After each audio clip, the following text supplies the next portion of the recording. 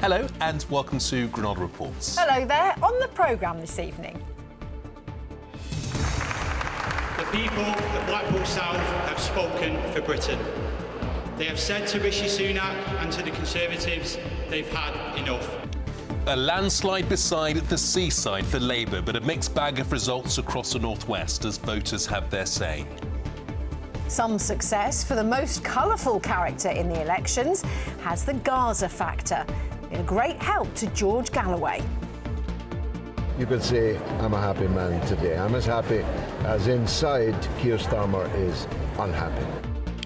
We'll be analysing last night's results and looking at what that might mean for the general election, whenever that is. Also tonight.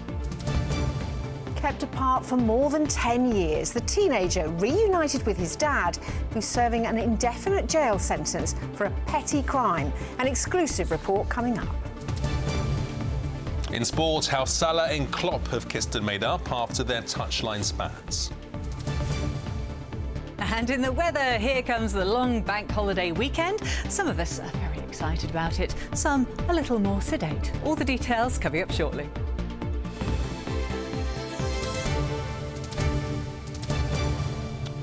So first tonight, a catastrophe for the Conservative Party, but not the landslide that Labour wanted from voters in the northwest. Nationally, the Labour Party say the results from the parliamentary by-election in Blackpool South and the local elections point only one way: a big Labour win at the general election, whenever it's called. But in parts of the northwest, Labour were left, well, red-faced.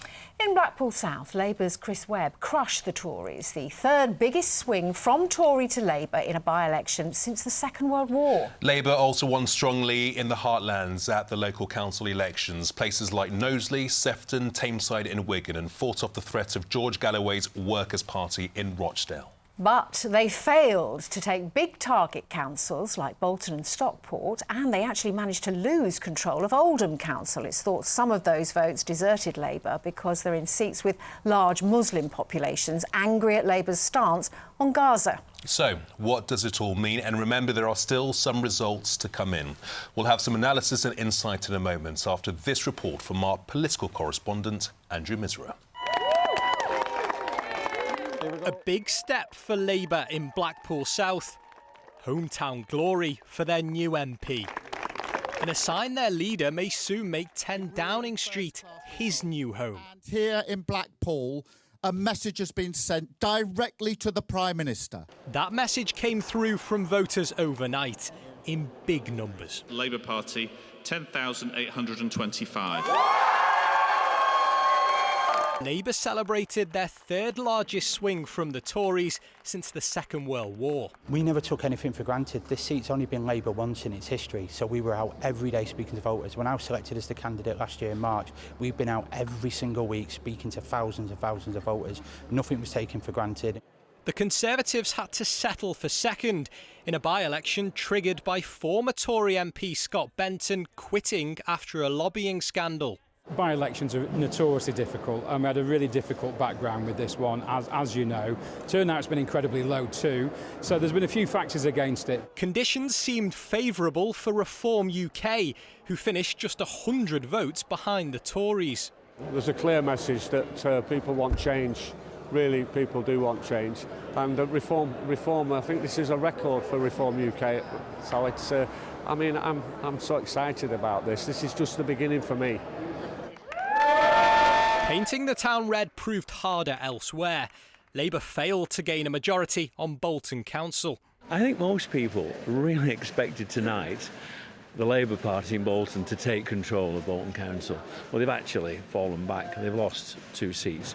Now, given, this is the high point, if they don't expect to take seats tonight, don't expect to win when do they expect to do it? In Oldham, Labour lost their majority, with some voters unhappy about one issue in particular. The Gaza is still fighting. It should be stopped. That sentiment cut through in Rochdale too. George Galloway's party picked up a couple of seats from Labour, although didn't wipe them off the council as he'd threatened. You could say I'm a happy man today. I'm as happy as inside Keir Starmer is unhappy because he's lost a very key part of the demographic makeup. I don't think it's necessarily to do with Labour's stance. I think it may be to do with personalities. And those personalities have come to Rochdale and they've been quite divisive. Gaza has become a familiar problem for Labour. It'll soon be over. While in Blackpool, the party looks towards new beginnings. Well, after every election comes the analysis. Here to look at what the results mean, it's the two Andrews. Yes, Andrew Russell, who's a professor of politics at Liverpool University, and our very own Andrew Misra. Professor, let's pick up on Andrew's point about new beginnings at Blackpool South. I mean, this is a really good result for Labour, obviously. Ultimately, what does it mean for the general election? Well, you're right. Labour will want to see this as the big show in town. So it's a parliamentary seat, lots of campaign efforts put in there. And in terms of the swing, people think of Blackpool as a kind of a Labour heartland, but actually in 80 years of that seat, the Conservatives have held it for 59 of those 80 years. So they're really, really chuffed to have got over the line with such an emphatic victory at the parliamentary level. The local elections, and who knows with the Metro Mayors and the PCCs, might be a slightly more nuanced picture. But for the parliamentary by-election, Labour will be delighted. And in the local elections, not a great night for Labour. No, not perfect for Labour. Certainly not keeping Oldham will be disappointing. But actually, Labour did win in Hyndburn, which is interesting for two reasons. One, it's a marginal Westminster constituency. And secondly, if you look at where it is in Lancashire, near Pendle and Burnley, where we've seen Labour councillors quit the party over Gaza. So I think Labour will actually be quite happy to pick up Hyndburn. But yes, probably would have hoped that they could pick up some of the other no overall control councils like Stockport, as you've mentioned already. And to Professor Russell, George Galloway from the Workers' Party was hoping to do well in Rochdale. What does the result there say? You only got 2 seats. Yeah, well, I mean, from a standing start, that would be a fairly impressive kind of performance by the Workers' Party. But but the hype was that they were coming for Labour.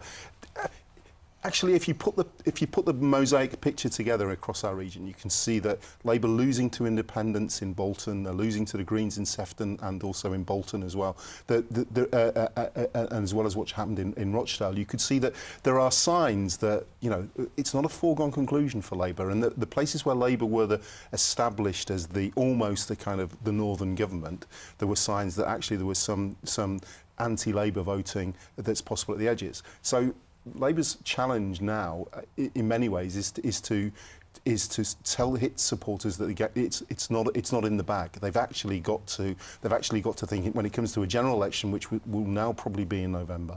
The general election, it's really going to be a choice of Prime Minister. It's really going to be a choice between Rishi Sunak or Keir Starmer, and that will be Labour's focal point, I think. Yeah, fascinating stuff. Andrew, yeah, not a foregone conclusion, as the Professor said, but we've also got more votes coming to come in and more results coming over the weekend. Yeah, so Police and Crime Commissioners, we've only actually had one of them back so far in Cumbria.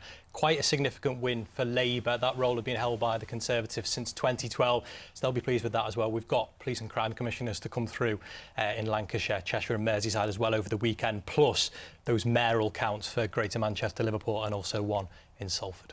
And Professor Russell, what about the other parties? We've got to talk about them, the Lib Dems, the Greens and Reform, of course. Yeah, well, the Lib Dems will be pleased because although they didn't take control of Stockport, there's enough for them to think that they are likely to take seats off the Conservatives in Cheadle and in Hazel Grove in the general election. The Greens have started to eat into areas where Labour are the established party. Winning a seat in Bolton is unprecedented. So you could see that would be a room for improvement for them. And Reform are really interesting because they look to be the party that's capable of harming the Conservatives. It's possible, however, if you cast your mind back to 2019 when the Conservatives did a last-minute deal with the Brexit Party, and if you think what happens with Nigel Farage and the Reform Party, it's possible that there'll be some pretty fierce negotiations after the Metro Mayors are all announced and the London Mayor is announced, that we might see the Conservatives tack towards Reform to see if there's any prospect of an unofficial kind of a coalition or an unofficial pact going into the general election. Oh, to be a fly on the wall behind the scenes. Professor, good to see you, Andrew. Many thanks indeed. I feel a podcast coming on. Yes. The two Andrews. You can keep across all the election results as they come in across the region on our interactive map. The usual website address, itv.com/Granada. Moving to other news now, and the emotional reunion between a father and son kept apart for over a decade. Caden White was only a baby when his father Thomas was jailed 12 years ago for robbing a mobile phone in Manchester. Yeah, he's one of thousands who remain locked up under a now defunct law which sets a minimum but not a maximum term in prison. Up until recently, Thomas was also denied access to his young son. But after 10 years of campaigning, the two have now met in what's been described as a beautiful moment. Caden has been speaking exclusively about his experience with our reporter, Emma Sweeney. He's a lot taller than what it looks like in that picture, unless he just sat down. For 12 long years, 14-year-old Caden White could only dream of seeing his father once again in the flesh. But after a long campaign, it turns out there are times when dreams really do come true.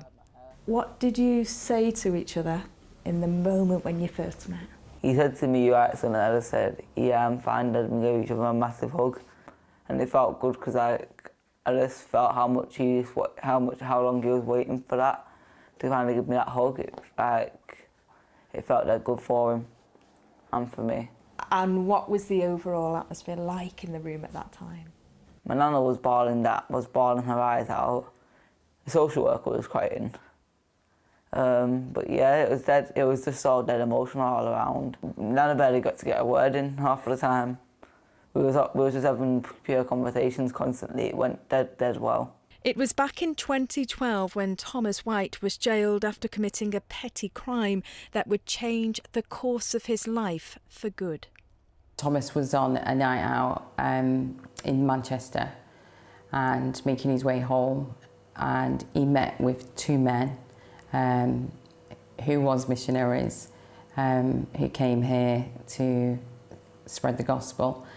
Thomas asked to use their phone and gave them the phone back a couple of times, and then he stole the phone.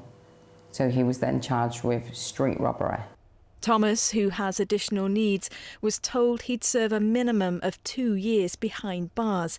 He'd been in and out of jail before, but this time it was different. He was sentenced to IPP. IPP stands for Indeterminate Public Protection. He was given a minimum tariff of 2 years, but no maximum. 3 months after Thomas was jailed, IPPs were scrapped altogether after they were found to disproportionately punish those who'd committed low-level offences. But the changes in law haven't been applied retrospectively, and there are currently almost 3,000 people just like Thomas who are in prison. Thomas has now developed paranoid schizophrenia, and the probable cause of the paranoid schizophrenia is because of the hopelessness of never knowing will you ever be released on the IPP sentence. Thomas's family, led by his sister, are now calling for him to be transferred to a hospital that can better provide for his needs. In the meantime, he'll now have monthly visits from the son who never lost hope. That gives him something else to hold on to, so it makes him so he knows he has something proper to fight for even more now. Emma Sweeney, ITV News, Bury. Well, we did approach the Ministry of Justice for a comment on those IPP sentences. They said that they had reduced the number of IPP prisoners by 3/4 since the law changed in 2012. But they went on to say, retrospectively, changing sentences poses a risk to public safety because offenders who the parole board have deemed unsafe for release, many of whom have committed serious violent or sexual offences, would leave prison without probation, supervision and support. The statement goes on, we continue to help those still in custody to progress towards release, including improving access to rehabilitation programmes and mental health support. And the number of IPP prisoners has fallen 12% in the last year alone.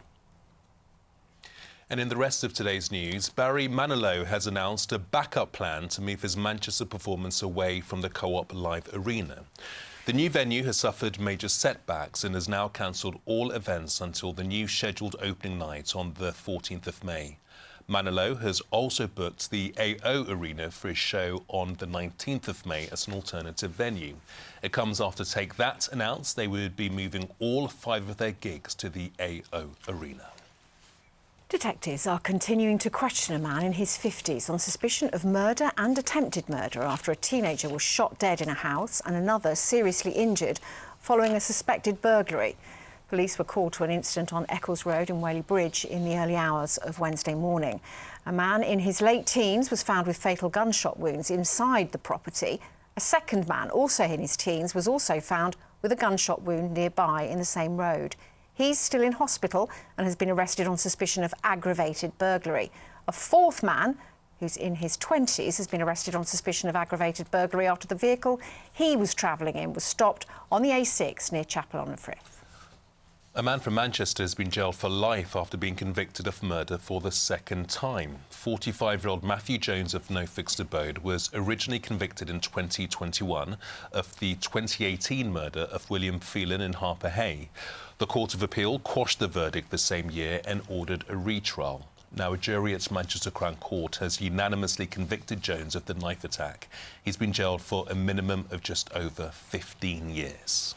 Two protesters who attempted to block a road near Aintree Racecourse on the day of last year's Grand National have been fined. 23-year-old Rosa Sharkey and James Kelly, who's 46, were found guilty of willful obstruction of a highway following a trial at South Sefton Magistrates Court. Activists from the Animal Rising group saw the race delayed by almost 15 minutes. Rail passengers are being warned of more than a week of disruption as bank holiday engineering work in the northwest overlaps with upcoming industrial action. Works on the West Coast Main Line at Crewe and Wigan are expected to have an impact on services over the bank holiday. Train drivers from the ASLEF union begin a ban on overtime on Monday, expected to lead to short notice cancellations. Moving on to sport now, and is Jurgen Klopp's row with Mo Salah over? Chris will tell us. Well, that's what the manager says. Anyway, it was an argument played out very publicly on the touchline last week, but Jurgen Klopp says he's settled his differences with Mo Salah. The disagreement started as Salah was about to come on as a substitute during last week's draw at West Ham. The best situation would be we just everybody's in a best possible place. We win the games, we score loads of goals, and yes, then the situation would have probably not been exactly like that because Mo wouldn't have been on the bench in the first place, stuff like this. So these kind of things, yeah, of course, it all depends on each other. Manchester City's Phil Foden has been named the Football Writers Player of the Year, with City's Khadija Shaw taking the Women's Award. Good, so many times. So the impact in the final third is really good, work ethic. Yeah, it's every year. Due to the amount of games he's playing, the minutes he's playing, is more mature and he understands the game. But yeah, we have to continue. Still young. Well, City's title race is going right to the wire, but it's just as tight at the bottom of the table, where Burnley have given themselves a fighting chance. 3 times 90, 95 minutes to play, and every minute offers an opportunity to have a moment that will remain in the club's history. And it's so rare in life that you get opportunities to have a significant moment like this. These guys will have the opportunity now in the next 3 games. Well, Burnley's neighbours Blackburn are hoping to avoid dropping into League One going into the last game of the Championship season. They still need a point at champions Leicester to guarantee their survival. If the worst was to happen at weekend, it would be disastrous for us players and the club and the fans. But I think whatever happens, even if we win Saturday, I think it's not been the season any of us wanted. A win would help, obviously, but we want to make sure we stay in this division and push on next year. Bolton are out for revenge tonight when they go to Barnsley for the first leg of their League One playoff semi-final. The Wanderers lost to the Yorkshire club in last season's playoffs, but 12 months on, their manager says his side is a better team now. Our goal difference is better, we've finished higher, we've lost less, we've won more. There's lots of positives to take, but as I said, what's done is done. We now need to focus on the here and now. I feel the team has evolved and is more confident this season. Now it's about going to execute our performance on Friday.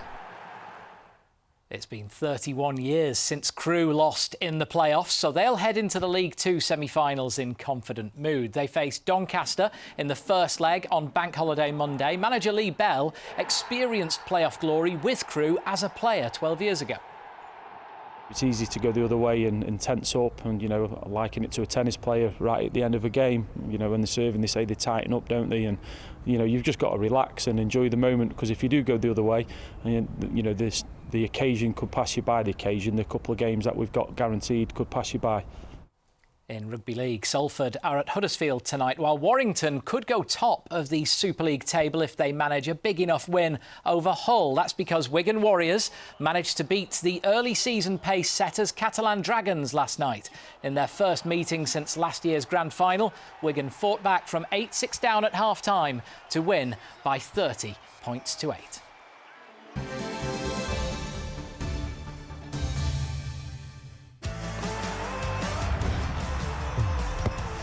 Getting that winning feeling. FOW, sponsors of the Granada Sport Report. Now, fans of TV shows like The X Factor and I'm a Celebrity will be familiar with the face of Fleur East. Yeah, and if you're a fan of radio, you'll be familiar with her voice too, as she's one of the presenters on the Manchester-based Hits Radio. But there's another thing she's famous for, her amazing hair. And that's why she's been spending time, only a few weeks after having a baby, at a factory in Chorley. Our entertainment correspondent, Caroline Whitmore, caught up with her there. Say my name, you know who I am, I'm too hot. So when I woke up this morning, I didn't know that I would be here at a cosmetics manufacturer's in Chorley with the one and only Fleur East and her sister Kesha. 10 years ago that you did X Factor? Yes. To think that first audition when we went on X Factor, my sister was with me and I was thinking of bailing. I wasn't even going to go back because I was just so embarrassed at how the audition went. And to think if I'd never taken that leap of faith and never believed in myself. Look at where you are now and what you've done. I don't wanna be a skinny mini.